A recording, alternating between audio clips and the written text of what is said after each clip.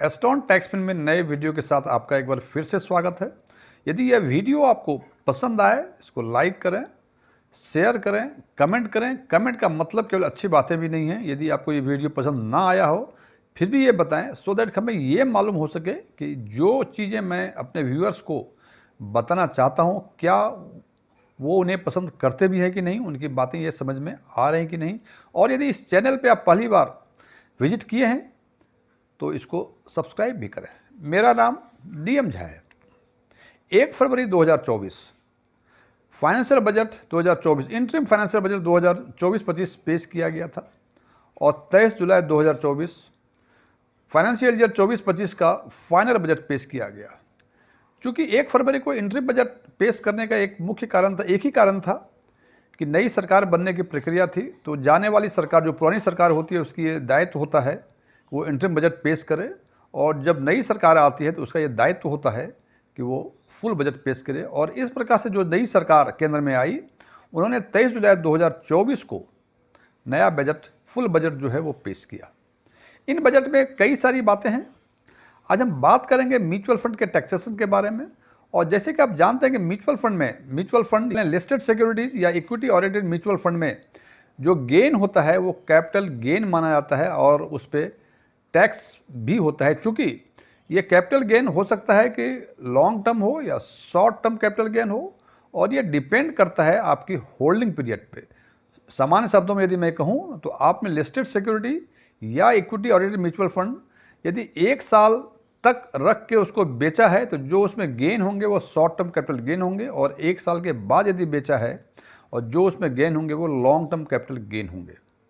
आज हम चर्चा करेंगे लिस्टेड सिक्योरिटीज और इक्विटी म्यूचुअल फंड के शॉर्ट टर्म कैपिटल गेन की, बिकॉज इसमें भी एक चेंज आया है कि पहले ये 15% का शॉर्ट टर्म कैपिटल गेन था, जिसको फुल बजट जो 23 जुलाई 2024 को पेश किया गया उसमें इसको 20% कर दिया गया। और इन्वेस्टर्स के बीच में कई तरह की कन्फ्यूजन्स हैं कि ये क्या तमाशा है, 15% से 20% कर दिया है, रिटर्न मिल रहा है मुझे 18%, 17%, में 20% कहाँ से दूंगा, क्या मुझे ये टैक्स अपने घर से देना पड़ेगा? आज इसी की चर्चा एक लाइव एग्जाम्पल के साथ करेंगे।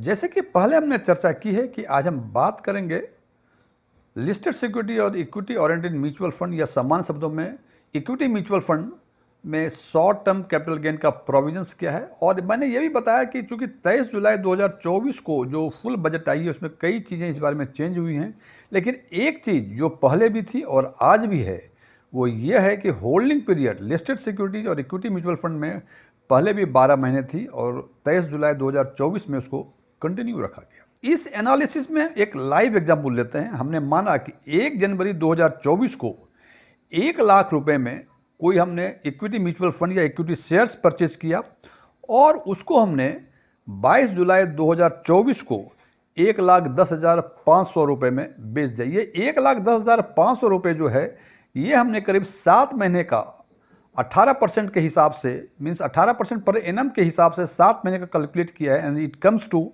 अराउंड 10,500 रुपये। तो हमने 22 जुलाई 2024 को 18% गेन करते हुए 1,10,500 रुपये में बेच दिया।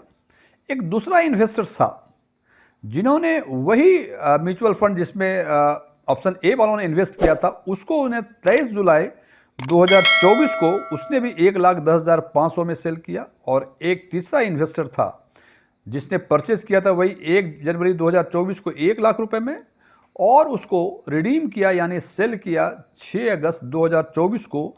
और 1 जनवरी 2024 से लेकर 6 अगस्त 2024 तक के यदि 18% के हिसाब से कैलकुलेट करें तो ये आता है करीब 11,250 रुपये, और उन्होंने सेल किया 1,11,250 रुपये में। अब सवाल ये होता है कि तीनों ऑप्शंस में टैक्स कितना लगेगा, कॉर्पस कितना मिलेगा और पोस्ट टैक्स रिटर्न कितना होगा, इसकी चर्चा करेंगे। तो पहला केस में जो कि 22 जुलाई 2024 को 1,10,500 में बेचा था, तो सिंपल इसमें जो कैपिटल गेन हुए 1,10,500 में से 1 लाख माइनस जो परचेज वैल्यू था माइनस कर देंगे तो 10,500 रुपये हुए। चूंकि इन्होंने सेल किया था 22 जुलाई 2024 को, यानी जो फाइनल बजट 23 जुलाई 2024 को आया था उसके पहले इन्होंने रिडीम किया था। और 22 जुलाई तक जो प्रोविजंस थी उसमें प्रोविजंस थी, चूंकि ये पूरा होल्डिंग पीरियड 1 साल से कम का है, तो ये gain 10,500 short term capital gain होगा। और 22 जुलाई तक जो व्यवस्थाएं थी उसके हिसाब से आपको 10,500 रुपये पर 15% मीन्स 1,575 रुपये आपको टैक्स पे करने पड़ेंगे। और जो कॉर्पस मिलेगा आपको वो 1 लाख प्लस 10,500 में से 1,575 माइनस कर देंगे तो इट कम्स टू अराउंड 1,08,925 रुपये। इसका मतलब 1 जनवरी 2024 को आपने 1 लाख जमा किए, पोस्ट टैक्स रिटर्न आपको 1,08,925 रुपये मिले। इसका मतलब यदि इसका हम कंपाउंड इसका रिटर्न यदि निकालूं तो इट कम्स टू अराउंड 15.3%। इसका मतलब कि पुराने केस में आपको 15.3% का रिटर्न मिल रहा था यदि 18% का रिटर्न आपको प्री टैक्स था तो। अब दूसरा 23 जुलाई 2024 को उन्होंने वही 1,10,500 रुपये में इन्होंने भी बेचा, सेल के रिडीम किया, और इनका भी जो कैपिटल गेन हुआ वो 10,500 रुपये ही हुए। लेकिन 23 जुलाई 2024 से फाइनल बजट के हिसाब से शॉर्ट टर्म कैपिटल गेन 15% से बढ़ा के 20% कर दिया गया था, इसलिए 10,500 रुपये का 20% ये 2,100 रुपये आते हैं। और पोस्ट टैक्स कॉर्पस जो मिलेगा आपको वो 1,08,400 रुपये मिलेंगे। और यदि पोस्ट टैक्स रिटर्न की बातें करें तो ये करीब 14.4% के आसपास ये आती हैं। तो जनाब आपने देखा, जिसने 22 जुलाई को रिडीम किया था उनको मिला 15.3% का रिटर्न पोस्ट टैक्स रिटर्न, जिसने 23 जुलाई को किया रिडीम किया उसको 14.4% का रिटर्न मिला, पोस्ट टैक्स रिटर्न मिला। और अब यदि बात करते हैं 6 अगस्त 2024 को जिसने बेचा और इसमें हमने करीब 7.5 महीने का 18% के हिसाब से ऐड किया रिटर्न, तो इट कम्स टू 11,250 रुपये। इसका मतलब जो सेल किया उन्होंने 1,11,250 रुपये में सेल किया। चूंकि कैपिटल गेन 11,250 रुपये हुए तो इसका 20% 2,250 रुपये आते हैं। तो जो इसका कॉर्पस बनेगा वो बनेगा 1 लाख रुपये, और 11,250 जो कैपिटल गेन हुआ था उसमें से माइनस कर देंगे 2,250, तो सब मिला के ये आता है 1,09,000। और इसका भी तो पोस्ट टैक्स रिटर्न निकालें तो ये भी आता है 14.4% के हिसाब से।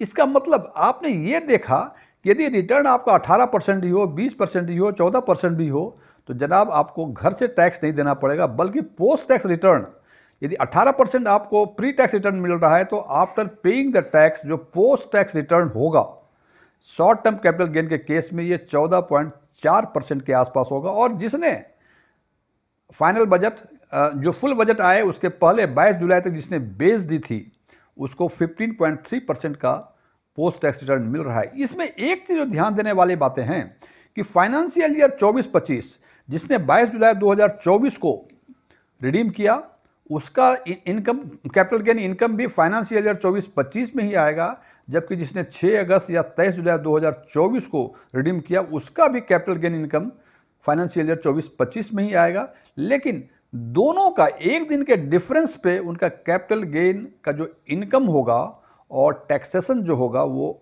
अलग अलग हो जाएंगे। इसलिए ये कहना बिल्कुल एक आशंका है कि यदि रिटर्न 18% मिलेगा तो 20% टैक्स देने के लिए हमें घर से टैक्स देना पड़ेगा।